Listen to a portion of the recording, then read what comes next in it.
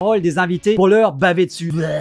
Mais cette fois encore, aujourd'hui, je suis d'accord avec lui. Cette journaleuse légitimise la perversité de ce gouvernement, de la terreur, de balancer des chiffres au quotidien pour entretenir le peuple dans une psychose collective. Si vous faites un effet zoom sur les particules fines, par exemple, qui tuent 50 000 personnes par an, que tous les soirs, un croque-mort vient nous dire les particules fines, tout d'un coup, la pollution de l'air à Paris va devenir la psychose de tous les Français. Il y a un système psychologique qui consiste à créer par des mots et par une rétention perpétuelle une obsession d'une information perpétuelle en faisant un effet zoom sur une seule chose, d'inventer une sorte de monomanie généralisée qui nous fait à croire que le virus est la chose la plus dangereuse du monde. Et oui, juste pour info, le coronavirus a tué environ 30 000 personnes en France. Je rappelle que le cancer, chaque année, tue 147 500 personnes et que les pseudo-laboratoires, ces pourritures, fournissent des soi-disant médicaments pour nous soigner. Je t'aime fort, papa, et je t'oublierai jamais.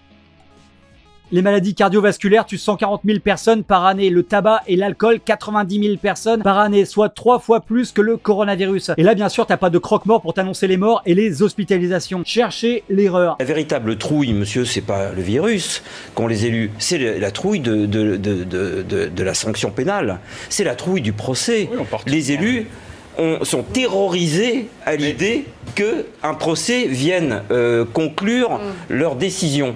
Et on vit en fait dans un système qui à la fois invente un danger presque de toute pièce dans la mesure où il est hypertrophié, donc il n'a plus de rapport avec la réalité.